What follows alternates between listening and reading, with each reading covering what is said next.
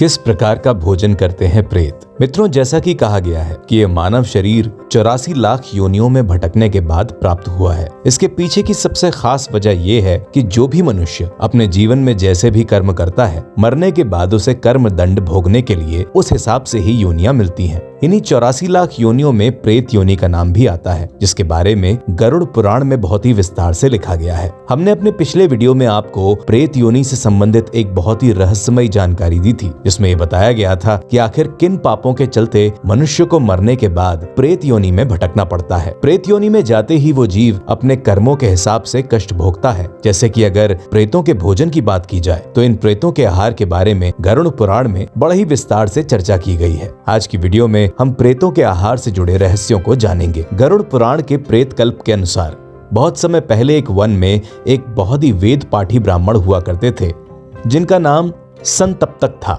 संतप्तक बहुत ही दयावान स्वभाव के थे और इसके साथ ही उन्होंने अपनी इंद्रियों को वश में कर रखा था। क्योंकि वो एक महान योगी भी थे, इसीलिए ज्यादातर समय पूजा पाठ और यज्ञ में बीता करता था। इसके अलावा उन्हें अपने गुरु की सेवा करने में बहुत आनंद आता था।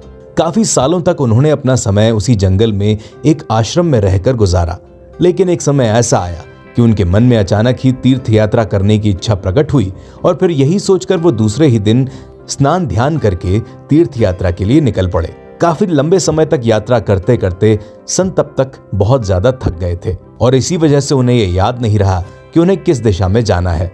वो अपना रास्ता भटक गए और दूसरी दिशा की ओर चल दिए। कुछ दूर चलने के बाद उन्हें रास्ते में बहुत ही भयानक आकृति के 5 प्रेत दिखाई दिए।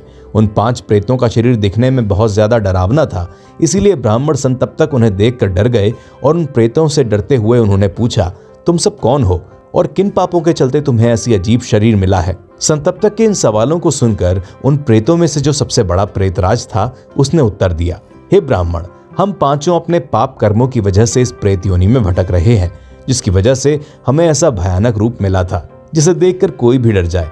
प्रेत योनि में होने के कारण हम काफी दिनों तक भूख प्यास से तड़पते हुए इधर उधर भटकते रहते हैं।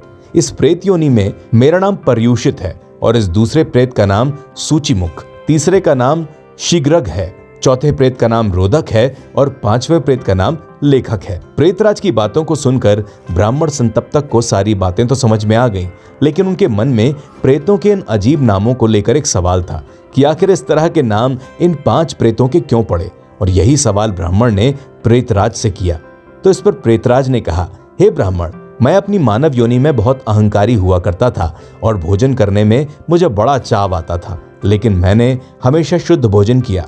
लेकिन जब भी कोई ब्राह्मण मेरे द्वार पर दान मांगने आता तो मैं उसे बासी भोजन दे दिया करता था और इसी वजह से प्रेत योनि में मेरा नाम पर्युषित हो गया और मेरे इस नाम का मतलब भी बासी भोजन से ही है। बहुत से भूखे ब्राह्मणों को भोजन न देकर मेरे साथ वाले इस दूसरे प्रेत का नाम सूचिमुख पड़ गया। ये तीसरा प्रेत जब भी किसी ब्राह्मण को देख लेता था कि वो दान मांगने द्वार पर आ रहा है तो ये उसे देखकर तुरंत ही भाग खड़ा होता था और इसीलिए इसका नाम शीघ्रग पड़ा। ये चौथा प्रेत जो मेरे साथ है, ये तो इतना मूर्ख है कि जब भी इसके साथ कोई ब्राह्मण होता उस समय अगर इसे भोजन मिल जाए तो ये उस भोजन को बांट कर खाने के बजाय अकेले ही खा जाया करता था और इसीलिए इसका नाम रोधक पड़ा। और अब ये आखिरी 5वें की आदत तो बहुत ही अजीब थी। जब भी कोई ब्राह्मण इसे दान में कुछ मांगने आता तो वो उसे नजरअंदाज करके जमीन को कुरेदने लगता और बस इसी वजह से प्रेत योनि में इसका नाम लेखक पड़ा। प्रेतराज की सारी बातों को सुनकर ब्राह्मण संतप्तक ने उससे कहा कि मेरे मन में एक और सवाल है। जैसे कि हर योनि का जीव अपने भूख को शांत करने के लिए किसी न किसी तरह का भोजन तो करता ही है, उसी तरह क्या तुम भी प्रेत भोजन करते हो? आखिर प्रेतों का भोजन क्या होता है, मुझे थोड़ा विस्तार से बताओ। इस पर प्रेत ने कहा, हे ब्राह्मण, हम लोग जिस तरह का आहार लेते हैं उसे सुनकर शायद आपका मन कांप उठे, लेकिन फिर भी मैं आपको बताता हूँ। प्राणियों के शरीर से निकले कफ मलमूत्र जैसी गंदी चीजें हम प्रेतों का आहार होती हैं। इसके अलावा जिस घर में किसी नए बच्चे के जन्म के बाद की जो अशुद्धियां रहती हैं उस जगह जाकर हम भोजन किया करते हैं। जिस घर में शौच से आने के बाद शुद्धता नहीं रखी जाती, ऐसे घर भी हमें पसंद होते हैं। साथ ही जिस घर में कभी भी पूजा पाठ ना होता हो, उस घर के लोग हमेशा विलासिता में डूबे रहते हों। जिस घर में माता पिता का हमेशा ही अपमान होता हो और जिसके परिवार में क्रोध और लालच की वजह से झगड़ा होता हो, ऐसी जगहों पर भी हमें भोजन करने में बहुत ही आनंद मिलता है। इसीलिए कहा गया है कि कभी भी किसी को प्रेत योनि ना प्राप्त हो, क्योंकि इस योनि में वो जीव हर पल मरता है। इस तरह की बातें सुनने के बाद ब्राह्मण संतप्तक ने उन 5 प्रेतों से कहा कि जो भी मनुष्य अपने जीवन में एकादशी व्रत रखते हैं उन्हें प्रेत योनि नहीं प्राप्त होती। इसके अलावा जो भी अपने जीवन काल में पूजा पाठ, यज्ञ और दान करता है, जो भी समाज के भले के लिए कार्य करता है और ब्राह्मण की कन्याओं का विवाह कराने में मदद करता है, ऐसे मनुष्य को प्रेत योनि कभी प्राप्त नहीं होती।